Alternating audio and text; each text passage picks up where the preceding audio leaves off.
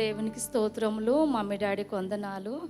నా పేరు ఉమారాణి. నేను జేదిరుగుట్ట నుంచి వచ్చినాను. నా సాక్ష్యం ఏంటంటే 2024లో విపరీతమైన బ్యాక్ పెయిన్ తోటి ఇక్కడికి వచ్చిన 50 రోజులు ఉపవాస ప్రార్థన ప్రారంభ సభకి వచ్చిన. అంతకుముందే హాస్పిటల్కి వెళ్తే నాకు 2020లో యాక్సిడెంట్ అయితే హాస్పిటల్కి వెళ్తే డిస్క్ ప్రాబ్లం అని చెప్పారు. అసలు బరువు పట్టొద్దని చెప్పారు.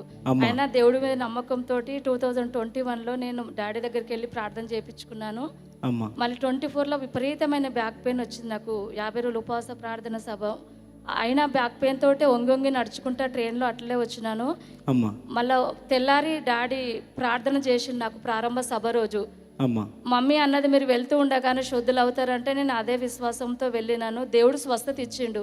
నేనేమనుకున్నా ఆ రోజు డాడీ ప్రేయర్ చేసినప్పుడు, దేవా నాకు స్వస్థత ఇస్తే మరలా బెల్లంపల్లికి వచ్చి నేను సాక్ష్యం చెప్తానని నేను దేవుడి దగ్గర అనుకున్నాను. కానీ నేను మళ్ళీ రాలేదు. ఇక్కడికి వచ్చి నేను ప్రామిస్ ల్యాండ్కి వెళ్ళినా సాక్ష్యం చెప్పలేదు. నేను 2025 మళ్ళీ 50 రోజులు ఉపవాస ప్రార్థనప్పుడు నేను మార్నింగే నేను పడిపోయిన కింద పడిపోతే మళ్ళీ నాకు బ్యాక్ పెయిన్ వస్తే మళ్ళీ సండే రోజు డాడీ దగ్గరికి వెళ్ళి ప్రేయర్ చేయించుకుంటే దేవుడు నాకు మంచి స్వస్థత విడుదల ఇచ్చిండు.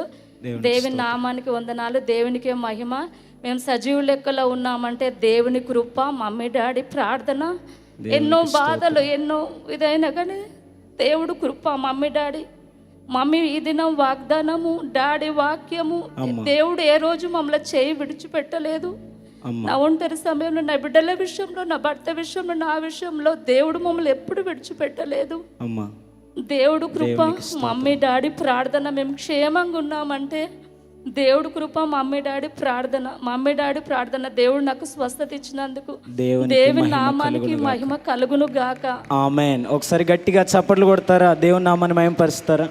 డిస్క్ ప్రాబ్లం నుంచి సంపూర్ణంగా దేవుడు స్వస్థత విడుదల ఇచ్చారు. ఇప్పుడు ఆరోగ్యంగా ఉన్నారు కదమ్మా? ఆరోగ్యంగా ఉన్నాం. ఇప్పుడు ఏం నొప్పి లేదు.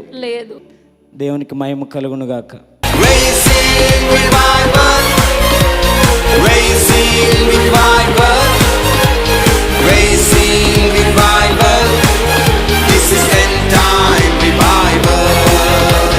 సర్వలోకమునకు సువార్త ప్రకటిస్తాం.